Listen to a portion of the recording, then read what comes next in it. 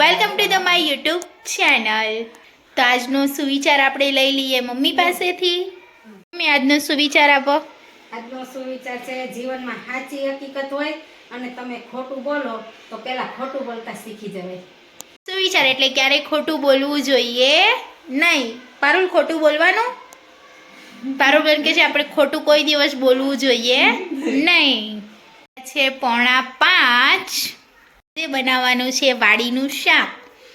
તો હું તમને વાડીના શાકની રેસીપી આપીશ, તો અમારા વ્લોગમાં કન્ટિન્યુ રહેજો। તો વાડીના શાકની પ્રિપેરેશન આપણે કરી દીધી છે। રીંગણા સુધારી લીધા છે, લીલા કાંદા સુધારી લીધા છે, ટમેટાં સુધારી લીધા છે અને આપણી શિંગદાણા અને દહીંની પેસ્ટ તૈયાર છે। અને ત્યાર પછી મરચાં, લસણ અને આદુની પણ પેસ્ટ વઘારવા માટે। તો હવે આપણે એક લઈ લીધું છે પેન। આપણે પહેલાં લઈ લીધું છે પેન, એની અંદર નાખ્યું છે જરૂર મુજબ તેલ। તેલ આવી જાય એટલે આપણે એડ કરવાનું છે જીરું,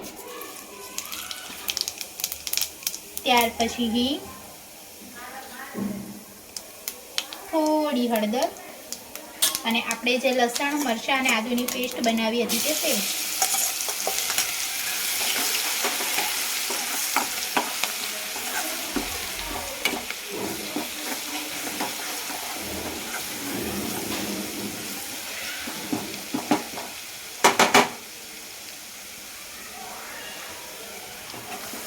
હવે આપણે એડ કરીશું લીલા કાંદા।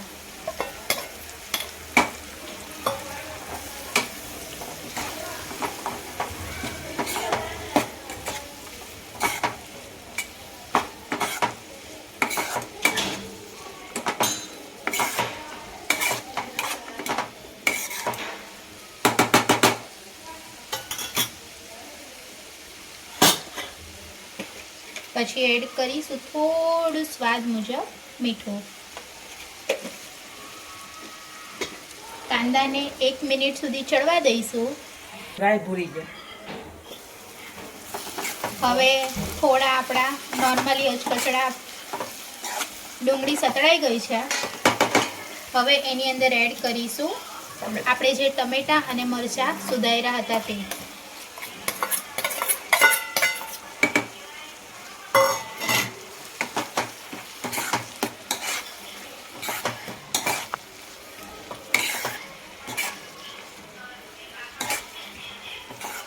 હવે આપણે એને વરાળથી ચડવા દેવાનું છે।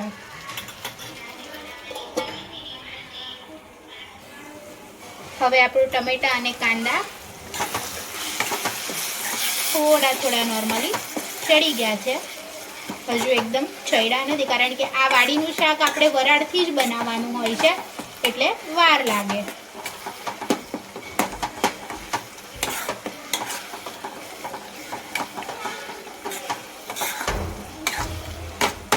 હવે એની અંદર આપણે એડ કરીશું જે આપણે રીંગણ ઝીણા સમારી દીધા હતા ને તે।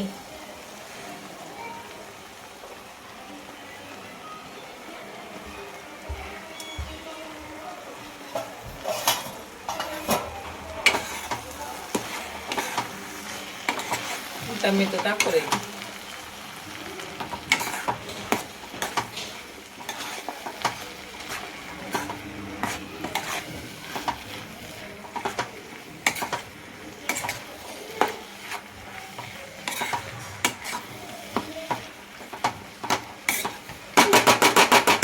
હવે આપણે એને ચડવા દઈશું।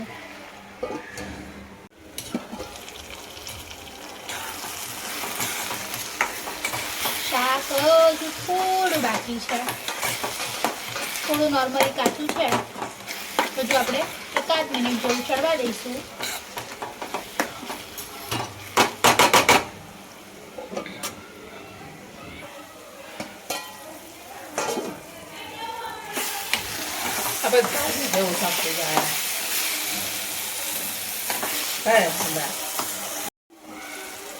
આપણું હવે શાક ચડી ગયું છે।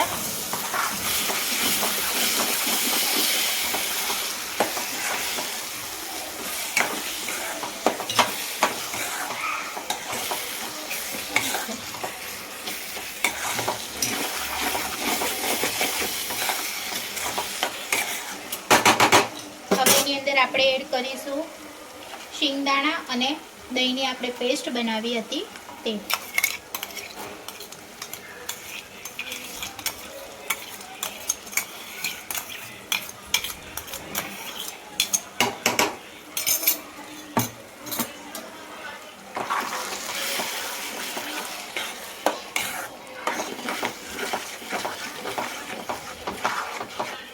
શિંગદાણાનો ભૂકો આવશે ને એટલે શાક તમારું ઘટ થઈ જશે, એટલા માટે આપણે થોડું નોર્મલી પાણી એડ કરવાનું છે.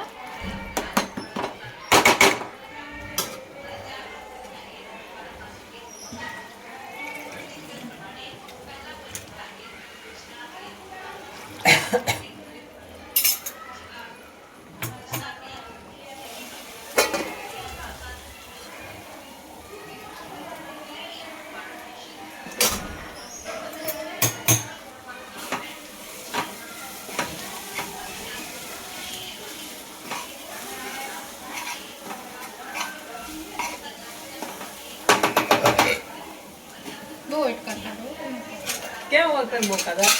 અરે પેલો આવ્યો.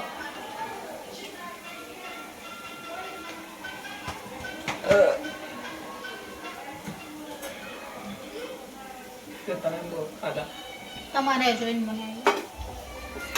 એવું કઈ ન હોય.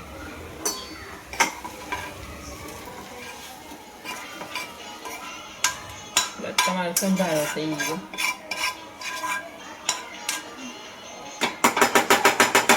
હજી એમાં શું કરવાનું? કાંઈ નહીં.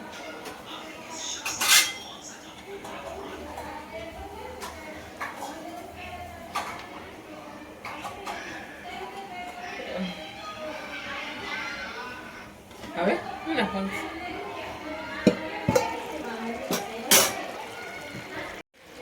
તો ફાઇનલી આપણું શાક ચડી ગયું છે. ફાઇનલી આપણું શાક ચડી ગયું છે અને આપણે એક વાટકામાં લીધું હતું તેલ, એની અંદર નાખ્યું લાલ મરચું, ધાણા જીરું અને ગરમ મસાલો. હવે આપણે એ એડ કરીશું.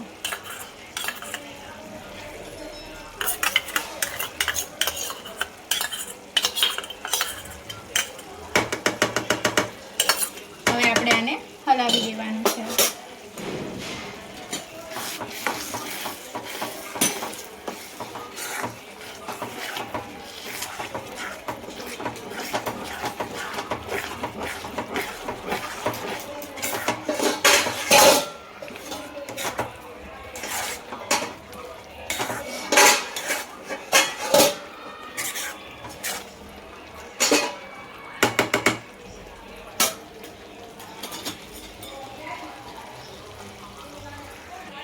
મસાલો એડ કરી દીધો છે. હવે આપણે એને એકાદ મિનિટ જેવું રહેવા દઈશું એટલે આપણું તેલ છૂટું પડી જશે.